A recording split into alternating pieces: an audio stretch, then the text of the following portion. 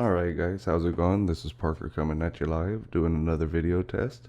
And today I'm going to be comparing my Shure MV88 Plus kit against the Apogee Hype Mic.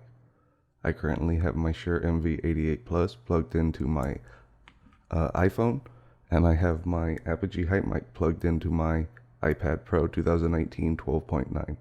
So I'm going to sync up the audio in post-processing, clean it up, and see how it works. Let's see how they compare to each other, how both sound, and see if I can clean up the audio. So this will be the first big test as I've finally downloaded Adobe Premiere Pro, and I'm going to give that a shot.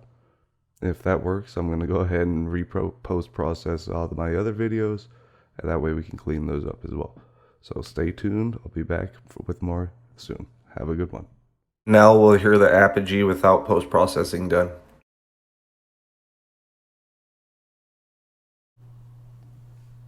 Alright guys, how's it going? This is Parker coming at you live, doing another video test. And today I'm going to be comparing my Shure MV88 Plus kit against the Apogee Hype Mic.